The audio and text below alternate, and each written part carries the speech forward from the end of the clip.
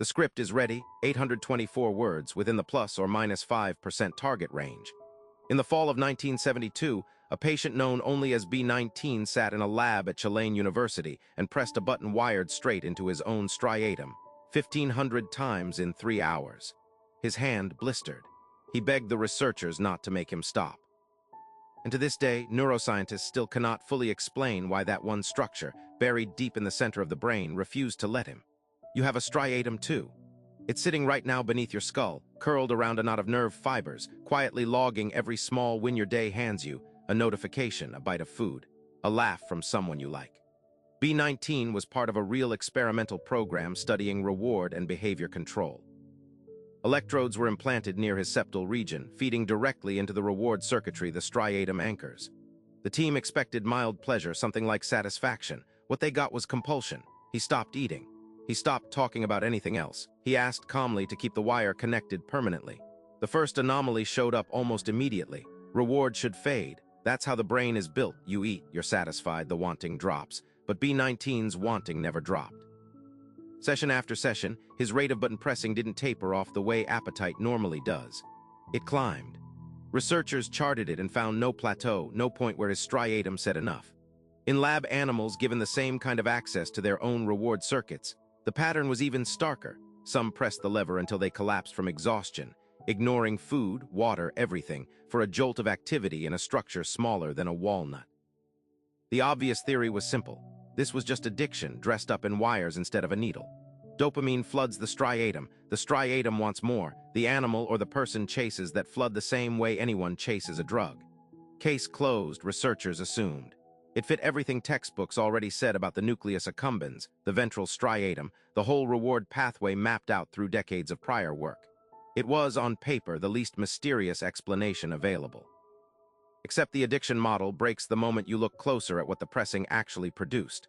Addiction chases a substance that changes brain chemistry from the outside, alcohol, nicotine, opioids flooding in through the bloodstream. B19 stimulation didn't introduce anything.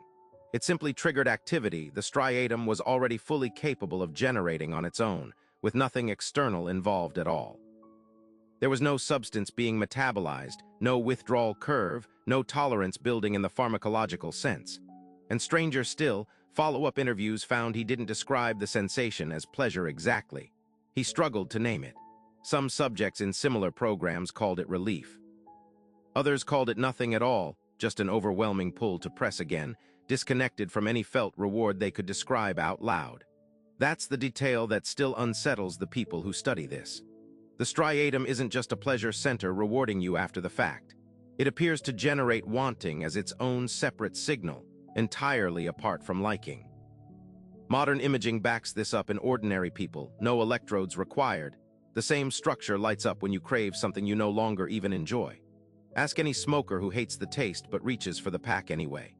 Ask anyone who checks a silent phone 40 times an hour, expecting nothing, and does it again 90 seconds later.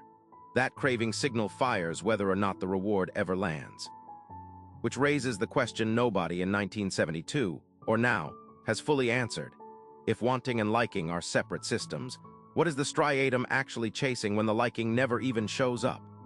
Some researchers pointed to dopamine tolerance, arguing repeated firing simply desensitizes receptors, forcing escalation to chase the same feeling. But B19's escalation didn't behave like classic tolerance. His pressing rate spiked erratically, not on the smooth curve tolerance produces in known addictive substances. Others proposed pure novelty-seeking, boredom in a sterile lab room with nothing else to do. That fails too offered other stimulation, other entertainment.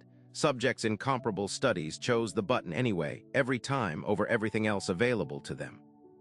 A third camp blamed electrode placement error, arguing the wire simply missed its intended target and hit something else by accident. But later mapping in multiple subjects found the same compulsive pattern clustering consistently around the striatum's core, not scattered randomly the way a placement error would predict. Tulane's program was quietly shut down. B19's full case file remains only partially public. And the deeper question, why a structure meant to guide you toward what's good for you can detach so completely from actually feeling good, has never been closed.